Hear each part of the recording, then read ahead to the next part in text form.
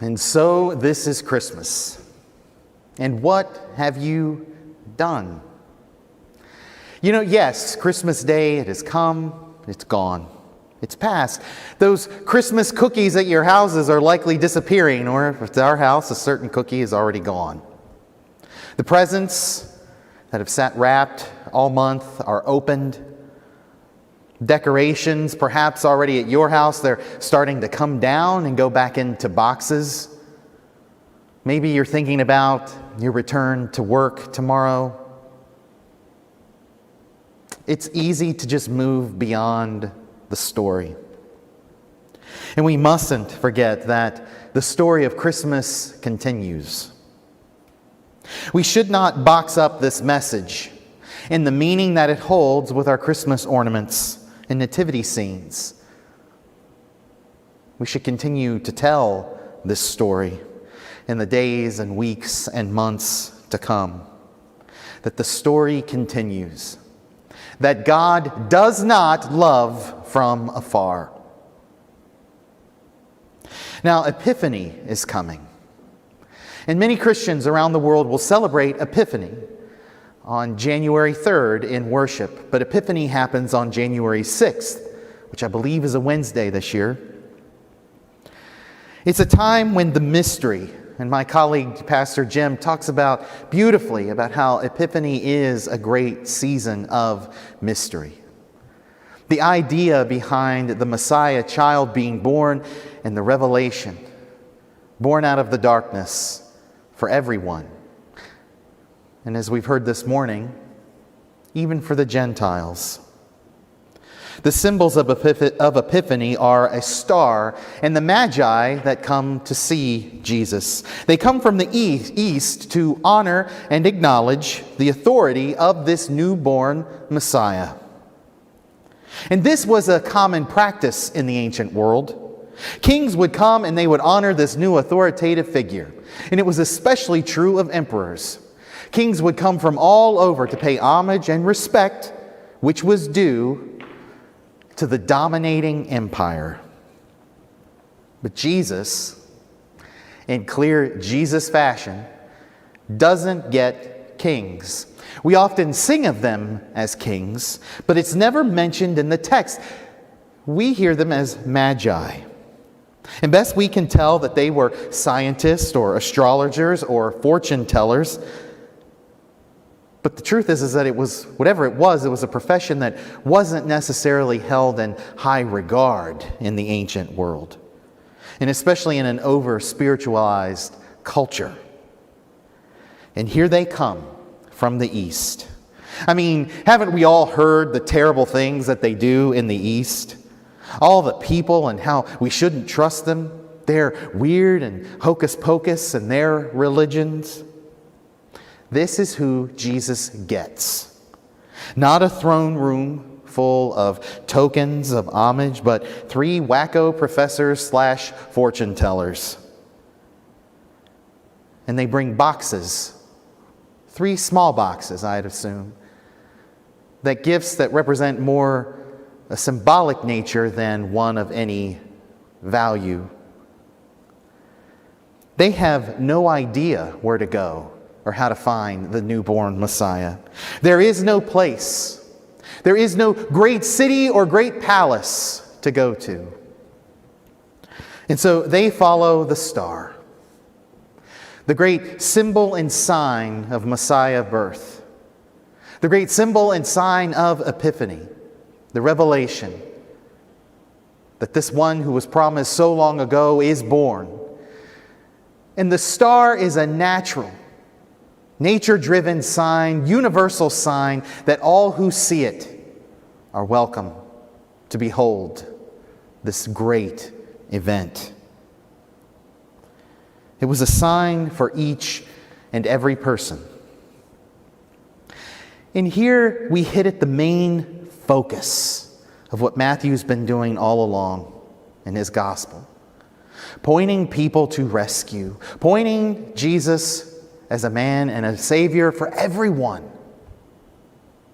not just a select few, not just for a social club or those who buy into it, Now, if we think about this, the Magi from the east, the outsiders coming to honor the newborn Messiah, we can learn a great deal about ourselves and our relationships to others. Even Herod's response to the Magi as they come. In psychology, there is a basic rule that as we develop and learn from our environment, that we first learn about ourselves, the interpersonal psychology. And from there, we learn about those who are like us in our immediate surroundings. So think of your family.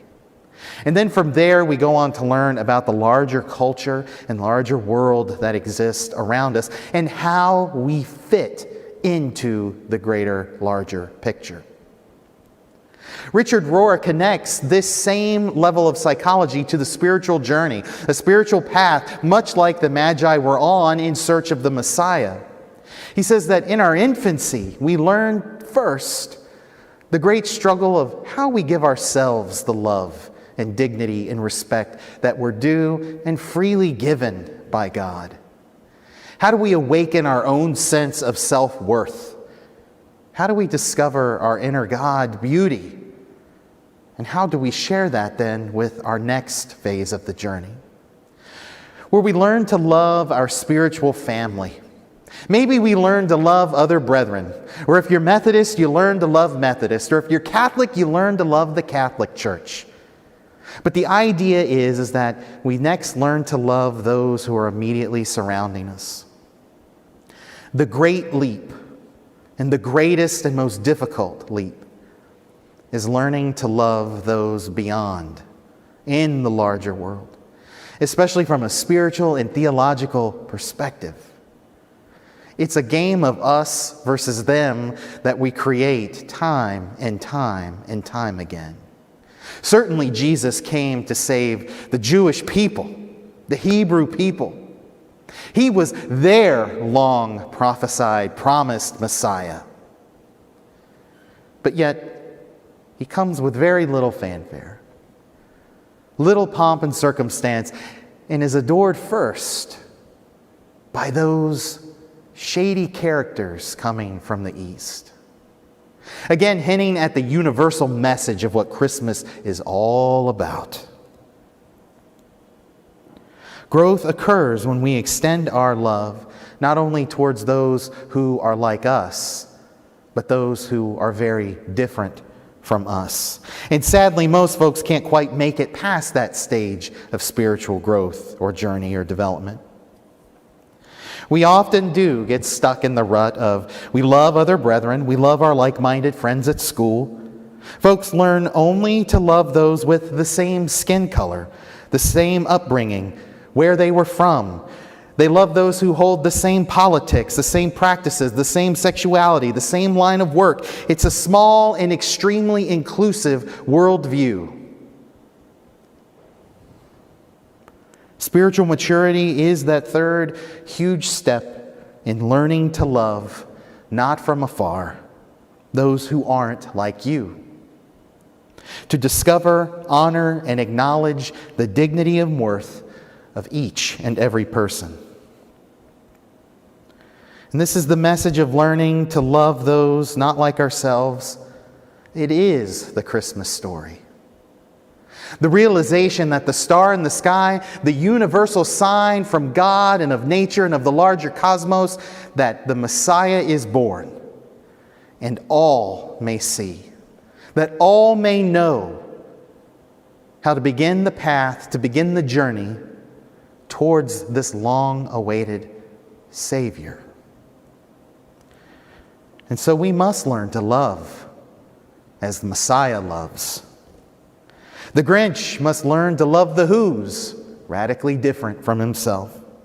Scrooge must learn to see the worth and dignity of those who live around him. He must learn never to look down upon them, but give them the dignity and self-worth that they deserve. This kind of outward love is the path that Christmas begins. And so the story doesn't end here. We continue on. We continue to live a life of Christmas. We continue to live a life of humility where we sit with the shepherds in the fields as they are the first to hear the news, as we proclaim rescue to the oppressed, to the poor. I think we would do well to remember the story not as one made for great pageants at schools and churches, not an overly domesticated story of a mom and a dad and a little baby surrounded by friendly animals and the star directly overhead, but rather the truth that God comes to us through pain and blood, through birth, breath, and life. God meets us where we are. God shows us to love in a new way, to not only learn to love ourselves, to not only learn to love those like us, but in a very godly way, learn to love those who are different.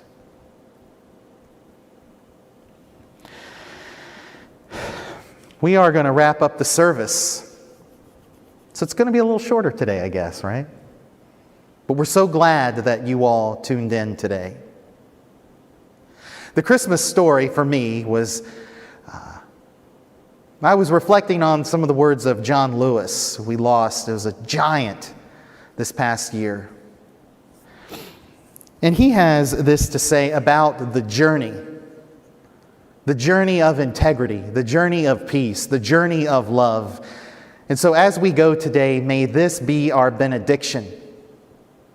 May this be the encouragement we need to continue to tell the story of Christmas, to continue to tell the story of Messiah and the radical message that he brings to the world.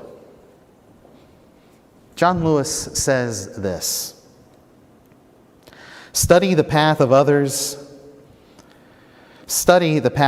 to make your way easier and more abundant. Lean toward the whispers of your own heart.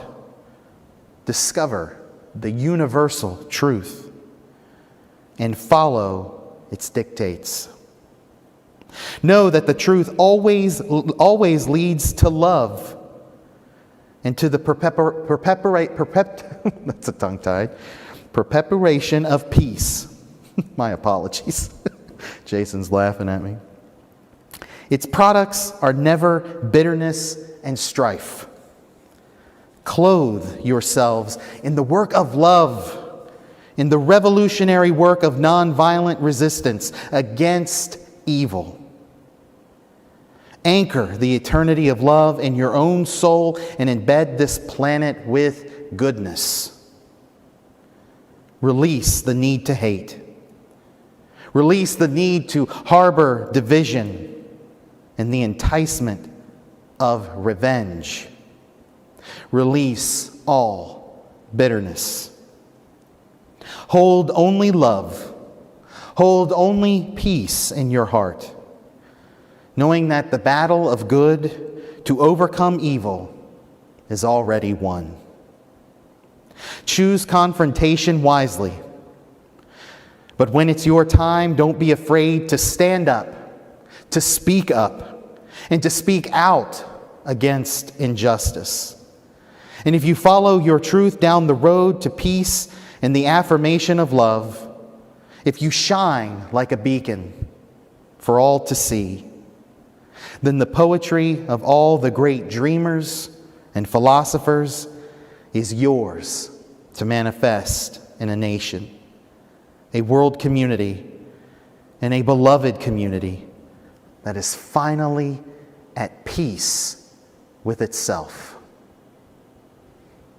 Go forth, sisters and brothers, knowing this peace, born to us in the house of bread, in the Bethlehem, born for all people, to guide us as our North Star towards love and completeness. Merry Christmas.